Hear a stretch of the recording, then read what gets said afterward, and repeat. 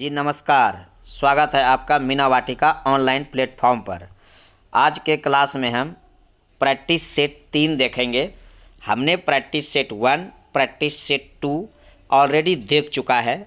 यदि आप नहीं देखे हैं तो आप इसे अच्छी तरीक़ा से देख लें, क्योंकि ये जो सेशन है आपके लिए होने वाला है बहुत इम्पोर्टेंट। वीडियो होगा बिल्कुल छोटा और दे जाएंगे अच्छे खासे नंबर। तो चलिए देखते हैं प्रैक्टिस सेट 3 में क्या है।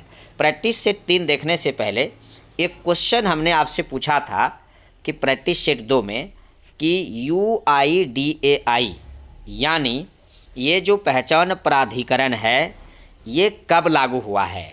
तो आपको याद होना चाहिए कि ये क्वेश्चन था। ज़रा सा पिछले रिकैप में हम लोग ज़रा सा बढ़ते हैं और क्वेश्चन की ओर ध्यान देते हैं। यही क्वेश्चन था, राष्ट्रीय विशिष्ट पहचान प्राधिकरण UIDAI है ना, unique identification authority of India, कब स्थापित हुआ। ये क्वेश्चन हमने पूछा था। आप लोगों ने जवाब भी दिया, बहुत बच्चे ने सही ही जवाब दिए आप लोगों ने। इसका सही जवाब है 28 जनवरी 2009। इसका सही जवाब होगा 28 जनवरी 2009। तो आप लोगों ने बहुत बढ़िया जवाब दिया। बहुत इसी तरीक़ा से अच्छी तरीक़ा से आप लोग सेशन को देखते जाएंगे और मैं विश्वास दिलाता हूं कि जो एग्ज़ाम में क्वेश्चन रहना है इसी से क्वेश्चन रहना है। तो चलिए प्रैक्टिस सेट 3 आपने देखा होगा कि रेलवे, NTPC, CBT 2 जिन लोगों का CBT 1 निकल चुका है, CBT 2 के लिए बहुत इंपॉर्टेंट है, क्योंकि CBT 2 में जो करंट अफेयर्स का क्वेश्चन आना है लगभग 20 क्वेश्चन आना है, यानी 15 से 20 क्वेश्चन CBT 2 में करंट अफेयर्स का रहेगा। ग्रुप डी वाला भी जो लड़का एग्ज़ाम दे रहे हैं, जो लड़का जो है ग्रुप डी का एग्ज़ाम दे रहे हैं उनके लिए भी इम्पॉर्टेंट है ना, और जो फायरमैन का एग्ज़ाम देने हैं सब के लिए ये बहुत ही सेशन इम्पॉर्टेंट है। इसलिए बड़ी मेहनत से इस सेशन को तैयार किया गया है। तो चलिए हम लोग बढ़ते हैं आज के प्रैक्टिस सेट 3 के। पहला क्वेश्चन क्या है, अब ये ध्यान देंगे। पहला क्वेश्चन है आपका कि 51वां दादा साहेब फाल्के पुरस्कार से किसे सम्मानित किया गया। जी हाँ, दादा साहेब फाल्के पुरस्कार जो दिया जाता है फिल्म के क्षेत्र में। किस क्षेत्र में दिया जाता है? फिल्म के क्षेत्र में।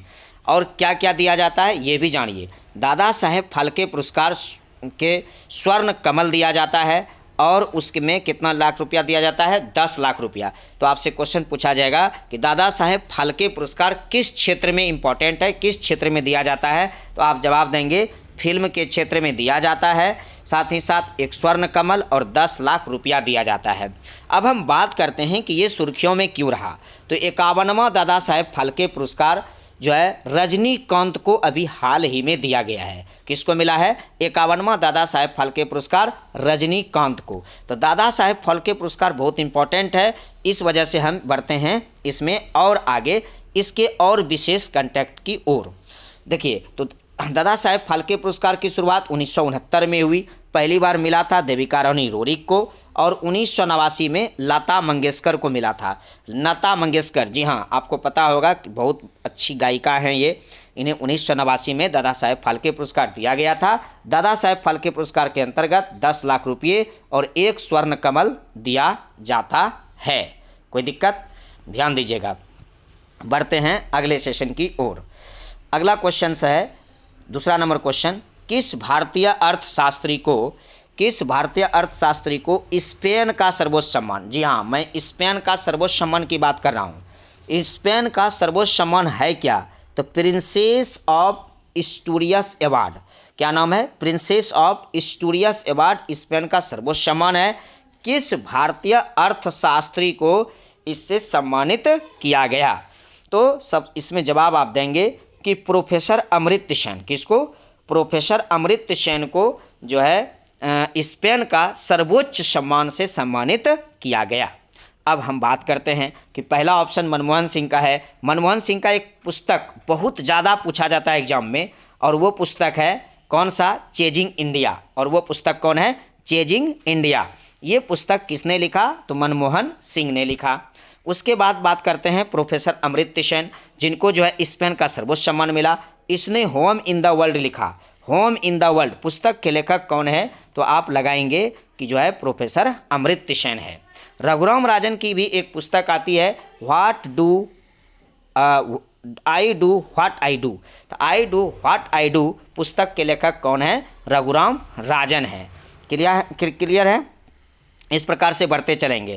तो इनको सेशन को अच्छी तरीक़ा से देखते चलेंगे। यदि सेशन खूब अच्छे से पसंद आता है तो दबा के लाइक कीजिए, शेयर कीजिए। यदि आप ये करते हैं तो आगे का सेशन कंटिन्यू आपको मिलते रहेगा, ताकि आपकी मेमोरी पावर बढ़ने में बहुत सहायता मिले। ऐसा मैं ध्यान में रखते हुए आप लोगों के लिए करते चलूँगा। तो चलिए बढ़ते हैं आज के क्वेश्चन का, सेशन का तीसरा सवाल। तीसरा सवाल क्या कहता है?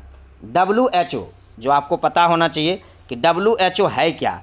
WHO यानी विश्व स्वास्थ्य संगठन है ना, द्वारा शुरू की गई E225 पहल का संबंध किससे है?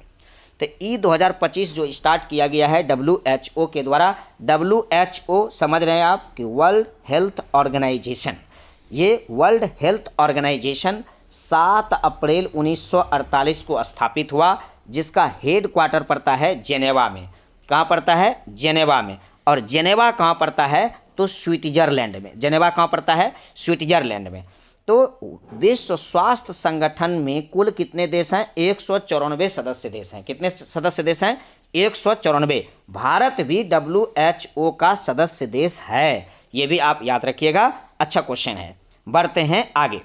अगला आगे बढ़ते हैं। आगे देखिए, ये जो WHO है, WHO विश्व स्वास्थ्य संगठन 7 अप्रैल 1948 को स्थापित हुआ। 7 अप्रैल 1948 को मुख्यालय पड़ता है जेनेवा में।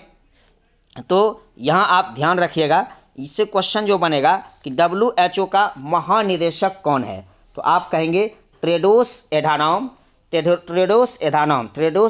WHO के महानिदेशक हैं। और सौम्या स्वामीनाथन उप महानिदेशक है। सौम्या स्वामीनाथन इंडिया के हैं और टेड्रोस एधानॉम शायद इथोपिया के हैं। तो याद रखिएगा, ज़्यादा इंपॉर्टेंट कहाँ के हैं वो नहीं है, लेकिन WHO के महानिदेशक कौन है ये इंपॉर्टेंट है। टेड्रोस एधानॉम घेब्रेयेसस इसका नाम है और सौम्या स्वामीनाथन उप महानिदेशक हैं। 7 अप्रैल 1948 को जो है इसका स्थापित हुआ था WHO। और 7 अप्रैल को प्रत्येक वर्ष जो है WHO यानी विश्व स्वास्थ्य दिवस भी मनाए जाते हैं। चलिए बढ़ते हैं क्वेश्चन नंबर 4 की ओर। चौथा नंबर क्वेश्चन आपको क्या कह रहा है, अब यहाँ ध्यान देंगे। हाल ही में किस देश ने दुनिया का पहला लकड़ी से बना उपग्रह, देखिए यहाँ ध्यान से, मैं लकड़ी से बना उपग्रह की बात कर रहा हूँ, लकड़ी से बना उपग्रह लॉन्च करने की घोषणा की है। किसने की है? अब ये ध्यान देने योग्य बात है कि लकड़ी से बना उपग्रह किसने लॉन्च की है। तो आप आंसर लगाएंगे कि न्यूजीलैंड ने की है। जी हाँ, न्यूजीलैंड का राष्ट्रीय चिन्ह या राष्ट्रीय पशु कहिए, ये दोनों है क्या? तो ये कीवी है। याद रखिएगा, राष्ट्रीय चिन्ह आएगा तो कीवी, सदर्न क्रॉस, फर्न, ये सब राष्ट्रीय चिन्ह आता है। लेकिन राष्ट्रीय पशु आएगा तो ओनली फोन आप क्या लगाएंगे? कीवी। ये न्यूजीलैंड के राष्ट्रीय पशु हैं। क्लियर है? बढ़ते हैं आगे। सेशन अच्छी तरीक़ा से देखते चलेंगे। इस सेशन के अंतर्गत कुल 15 क्वेश्चन होंगे और सारे के सारे क्वेश्चन बहुत ही इम्पॉर्टेंट है। बढ़ते हैं आगे। हाल ही में किस राज्य सरकार ने मिट्टी के खिलौने को GI टैग, जी हाँ, GI टैग आपको पता होना चाहिए। GI टैग का मतलब हो गया जियोग्राफिकल इंडिकेशन। GI टैग दिया गया। तो GI टैग किसने दिया भाई? किसके? यानी मिट्टी के खिलौने को GI टैग जो स्थापित हुआ, मिला जो, ये किसके द्वारा? यानी तमिलनाडु के, यानी मिट्टी के खिलौने को GI टैग देने की घोषणा ये तमिलनाडु के मिट्टी के खिलौने को दिया गया। तो तमिलनाडु दिवस यदि पूछता है आपसे कब मनाया जाता है, आप कहेंगे प्रत्येक वर्ष 14 अप्रैल को तमिलनाडु दिवस मनाया जाता है। यानी ताली बजाना है तो 14 बार, ताली बजाना है तो 14 बार, यानी तमिलनाडु 14 अप्रैल। गोवा दिवस कब मनाते हैं? 19 दिसंबर को। गोवा दिवस कब मनाते हैं? 19 दिसंबर। याद रखिएगा। केरल और कर्नाटका दिवस 1 नवंबर यानी 1 नवंबर को मनाते हैं। याद रखिएगा, 1 नवंबर मतलब 1 नवंबर को क्या मनाते हैं? कर्नाटका, केरल, है ना, ये कर्नाटक केरल दिवस मनाते हैं। गोवा दिवस 19 दिसंबर, तमिलनाडु 14 अप्रैल को मनाते हैं। याद रखिएगा। तो मिट्टी के खिलौने को GI टैग जो दिया गया, ये मिट्टी के खिलौने कहाँ का है? तमिलनाडु का है। क्लियर है? बढ़ते हैं आगे। क्वेश्चन नंबर 6 कहता है कि हाल ही में महाराष्ट्र सरकार ने, जी हाँ, महाराष्ट्र सरकार ने गोरेवाड़ा चिड़ियाघर का नाम बदलकर किसके नाम पर रखा? जी हाँ, गोरेवाड़ा चिड़ियाघर। गोरेवाड़ा चिड़ियाघर का नाम बदल गया और ये किसके नाम पर रहा? तो याद रखिएगा, इसका सही आंसर होगा बाला साहेब ठाकरे। किसके नाम पर? बाला साहेब ठाकरे के नाम पर महाराष्ट्र के सरकार ने गोरेवाड़ा चिड़ियाघर का नाम बदलकर बाला साहेब ठाकरे के नाम पर रखा है। क्लियर है? बढ़ते हैं। महाराष्ट्र दिवस, महाराष्ट्र और गुजरात दिवस 1 मई को मनाया जाता है। प्रत्येक वर्ष 1 मई को मनाया जाता है। क्लियर है? 1 मई को मनाया जाता है, ये सब याद रखिएगा। बढ़ते हैं अगले क्वेश्चन की ओर। अगला क्वेश्चन है, मार्च 2021 में प्रधानमंत्री नरेंद्र मोदी एवं नरेंद्र मोदी, यहाँ पर ध्यान रखिएगा, बांग्लादेश की प्रधानमंत्री शेख हसीना, याद होगा आपको, बांग्लादेश की प्रधानमंत्री शेख हसीना ने किस यात्री ट्रेन को हरी झंडी दिखाई है? तो याद रखिएगा, इसका सही आंसर क्या होगा? इसका सही आंसर होगा मिताली एक्सप्रेस। क्या होगा? मिताली एक्सप्रेस, है ना, मिताली एक्सप्रेस। एकदम ध्यान रखिएगा कि प्रधानमंत्री नरेंद्र मोदी और बांग्लादेश की प्रधानमंत्री शेख हसीना, ये दोनों ने मिलकर एक यात्री ट्रेन को हरी झंडी दी है जिसका नाम है मिताली एक्सप्रेस। क्या नाम है? मिताली एक्सप्रेस। कंफ्यूज नहीं करिएगा, एकदम अच्छी तरीक़ा से देखते चलिएगा। अगला क्वेश्चन है, हाल ही में किस राज्य के आदिवासी समुदाय को, है ना, समुदाय द्वारा सिग्मो उत्सव, ध्यान दीजिएगा, सिग्मो उत्सव का आयोजन किया गया? यानी किस राज्य के आदिवासी समुदाय द्वारा सिग्मो उत्सव का आयोजन किया गया? तो सिग्मो उत्सव किया गया गोवा राज्य के, यानी गोवा राज्य के आदिवासी समुदाय द्वारा सिग्मो उत्सव मनाया गया। क्लियर है? कौन सा उत्सव? सिग्मो उत्सव। हाँ, जैसा कि आप जानते हैं कि गोवा दिवस 19 दिसंबर को मनाया जाता है, आपको बताया था मैंने पहले, 19 दिसंबर को मनाया जाता है। उड़ीसा दिवस 1 अप्रैल, उड़ीसा यानी उत्कल दिवस 1 अप्रैल को मनाया जाता है। मिजोरम दिवस 20 फरवरी को, मिजोरम और अरुणाचल प्रदेश दोनों 20 फरवरी को मनाया जाता है। ये सब याद रखिएगा। क्लियर है? अच्छी तरीक़ा से देखते चलेंगे क्योंकि क्वेश्चन बहुत ही इंपॉर्टेंट है। सिग्मो महोत्सव भूलिएगा नहीं, सिग्मो महोत्सव जो है अभी हाल ही में गोवा राज्य के आदिवासी समुदाय द्वारा किया गया। क्लियर है? देखते हैं अगला क्वेश्चन। अगला क्वेश्चन है क्वेश्चन नंबर 9। हाल ही में खगोलविदों द्वारा ब्रह्मांड में खोजे गए सबसे छोटे ब्लैक होल, कौन सा मैं बात कर रहा हूँ? सबसे छोटे ब्लैक होल का नाम क्या रखा है? तो नाम याद रखिएगा, यूनिकॉर्न। क्या रखा है? यूनिकॉर्न, भूलिएगा नहीं। हाल ही में खगोलविदों द्वारा ब्रह्मांड में खोजे गए सबसे छोटे ब्लैक होल का नाम क्या रखा है? यूनिकॉर्न। क्या रखा है? यूनिकॉर्न। एकदम बिल्कुल, एकदम अच्छा क्वेश्चन बनने वाला है। यूनिकॉर्न, एकदम सूर्य के द्रव्यमान का 3 गुना द्रव्यमान होता है यूनिकॉर्न का। एकदम अच्छी तरीक़ा से याद रखिएगा, बहुत VVI क्वेश्चंस है। चलिए बढ़ते हैं अगले सेशन की ओर। क्वेश्चन नंबर 10 देखिए क्या है। कहता है कि प्रत्येक वर्ष मलेरिया दिवस किस तिथि को मनाया जाता है? तो मलेरिया दिवस भूलिएगा नहीं, मलेरिया दिवस प्रत्येक वर्ष 25 अप्रैल को मनाया जाता है। और मलेरिया जो है शरीर के किस अंग को प्रभावित करता है, यह भी क्वेश्चन आता है। तो इसका सही आंसर है स्प्लीन। स्प्लीन इंग्लिश में, इसी को हिंदी में प्लीहा कहते हैं, जो है तिल्ली कहते हैं। स्प्लीन कहिए, तिल्ली कहिए, प्लीहा कहिए, सब इसी का नाम है। और इसी को मलेरिया प्रभावित करता है। कौन अंग प्रभावित करता है? मलेरिया प्रभावित करता है। और मलेरिया होने वाला रोग किससे है? तो प्रोटोजोआ से। किससे? प्रोटोजोआ से। याद रखिएगा, प्रोटोजोआ से होता है ना। प्रोटोजोआ से होने वाला रोग क्या है? मलेरिया। एकदम बिल्कुल याद रखिएगा। मलेरिया दिवस 25 अप्रैल को मनाया जाता है और होता किससे है? प्रोटोजोआ से। प्रोटोजोआ से होने वाले कौन कौन रोग है? तो इसके लिए आप ये याद रखिएगा, पे काम soap.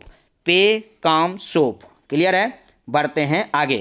Question number 11 number question क्या कहता है? हाल ही में नासा ने, ये नासा है ना, अमेरिका की जो स्पेस एजेंसी है नासा, उसने 2023 तक चंद्रमा पर पहला मोबाइल रोबोट भेजने की घोषणा की है। इस रोबोट के रोवर का नाम क्या है? ध्यान दीजिएगा कि नासा जो अमेरिका की स्पेस एजेंसी है 2023 तक चंद्रमा यानी मून पर, यानी पृथ्वी के उपग्रह पर पहला मोबाइल रोबोट भेजने की घोषणा की है। तो इस रोबोट के रोवर का नाम क्या है? मैं रोबोट का नाम नहीं बता रहा, रोबोट के रोवर का नाम बता रहा हूँ, क्या है? तो पहला ऑप्शन है वाइपर, दूसरा है स्पेलिंग, रैंडम और स्केलर। नहीं, इस क्वेश्चन का सही जवाब होगा ऑप्शन नंबर सी, रैंडम। क्या रखा गया है? रैंडम। क्या रखा है? रैंडम। क्लियर है? बढ़ते हैं अगले क्वेश्चन की तरफ। क्वेश्चन है 12 नंबर क्वेश्चन। देखिए 12 नंबर क्वेश्चन आपको क्या कर रहा है, आर्टिफिशियल इंटेलिजेंस आधारित सुपेस पोर्टल, कौन सा portal, SUPACE portal, artificial intelligence आधारित सुपेस पोर्टल किसके द्वारा लॉन्च किया गया। सुपेस पोर्टल के बारे में यदि आपको विस्तृत जानकारी चाहिए तो लिंक डिस्क्रिप्शन में दिया हुआ है, वहाँ से भी आप देख सकते हैं। चलिए, आर्टिफिशियल इंटेलिजेंस आधारित सुपेस पोर्टल किसके द्वारा लॉन्च किया गया, तो इसका सही जवाब होगा सुप्रीम कोर्ट, यानी सर्वोच्च न्यायालय। सर्वोच्च न्यायालय आर्टिकल 124 अनुच्छेद के तहत स्थापित होता है, यानी सर्वोच्च न्यायालय का जो गठन है इसका वर्णन जो दिया गया है आर्टिकल 124 अनुच्छेद के तहत। जबकि उच्च न्यायालय, जिसे आप हाई कोर्ट कहते हैं, प्रत्येक राज्य का अपना अपना हाई कोर्ट होता है और उस हाई कोर्ट का जो गठन है वह उसका वर्णन है आर्टिकल 214 में। उसका वर्णन किस में है, आर्टिकल 214 में। ठीक है, क्लियर होते जा रहा है। सेशन को एकदम बिल्कुल अच्छी तरीक़ा से देखते जाएंगे। नीति आयोग, नीति आयोग तो आपको पता है पहले योजना आयोग था, योजना आयोग को 2015 में बदलकर नीति आयोग कर दिया गया। शिक्षा मंत्रालय आपको पता है कि मानव संसाधन विकास मंत्रालय जो था उसका नाम बदलकर शिक्षा मंत्रालय रखा गया। रक्षा मंत्रालय तो खुद अपने आप में स्वतंत्र है। क्लियर है।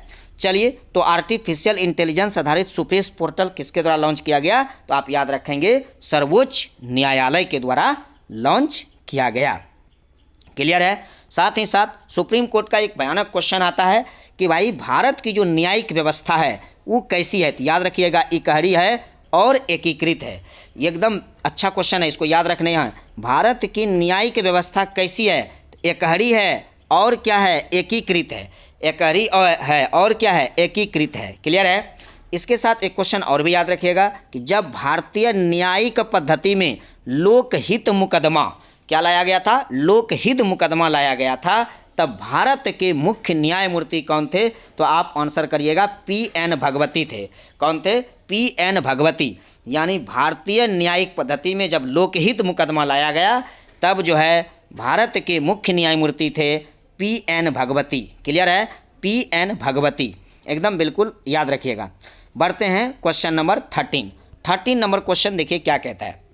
यूनेस्को द्वारा, किसके द्वारा, यूनेस्को द्वारा विश्व धरोहर स्थलों की सूची में शामिल भारतीय स्थल भेड़ाघाट और लमेट घाट का संबंध किस राज्य से है। भेड़ाघाट और लमेट घाट, ध्यान दीजिएगा कौन कौन घाट, भेड़ाघाट और लमेट घाट का संबंध किससे है, तो आप आंसर करेंगे मध्य प्रदेश से है।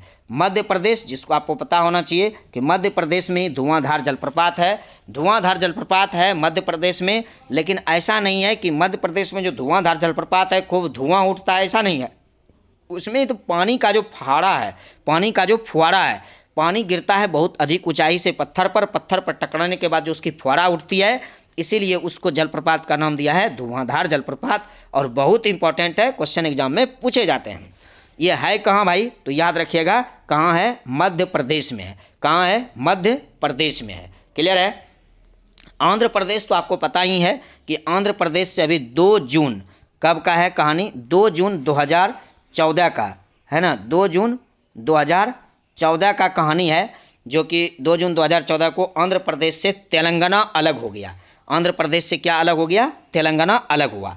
तो इसमें याद रखने की बात है कि यूनेस्को द्वारा विश्व धरोहर की सूची में जो शामिल स्थल है भेड़ाघाट और लमेट घाट, इसका संबंध किस राज्य से है, आप आंसर लगाएंगे इसका संबंध है मध्य प्रदेश से। क्लियर है। बढ़ते हैं सेशन को आगे लेकर के। देखिए क्या है कि जो यूनेस्को है,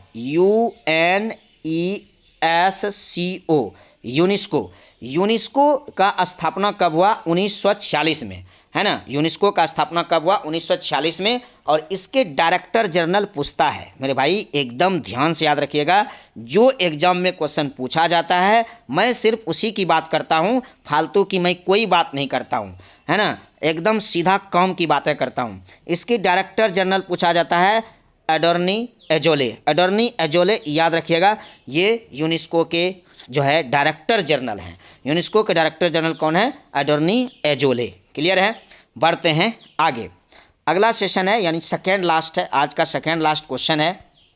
ध्यान दीजिएगा कि हाल ही में अंटार्कटिका महाद्वीप से अलग हुए दुनिया के सबसे बड़े हिमखंड का नाम क्या दिया गया है।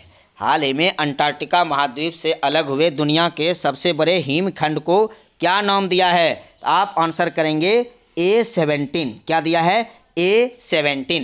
A17 भूलिएगा नहीं। जब भी आप हमें देखिएगा, जब भी आप हमें एक बार स्मरण करिएगा, तो इतना याद रखिएगा कि A17 ओहो अंटार्कटिका महाद्वीप से अलग हुआ है ना। और दुनिया के सबसे बड़े हिमखंड का नाम है A17 यानी A76।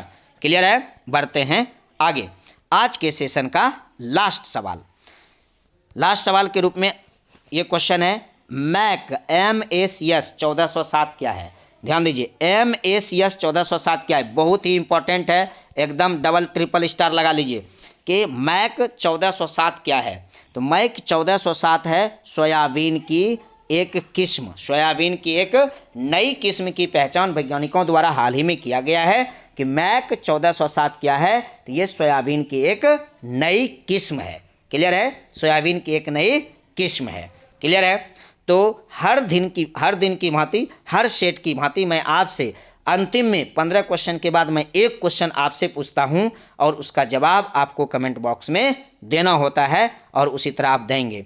चलिए, आज के सेशन का क्वेश्चन जो है वह हाल ही में चर्चित पुस्तक होम इन द वर्ल्ड के लेखक कौन हैं? होम इन द वर्ल्ड पुस्तक के लेखक कौन हैं? इसका पहला ऑप्शन है प्रोफेसर अमर्त्य सेन, दूसरा ऑप्शन है डॉक्टर हर्षवर्धन, तीसरा है रघुराम राजन, चौथा है उर्जित पटेल।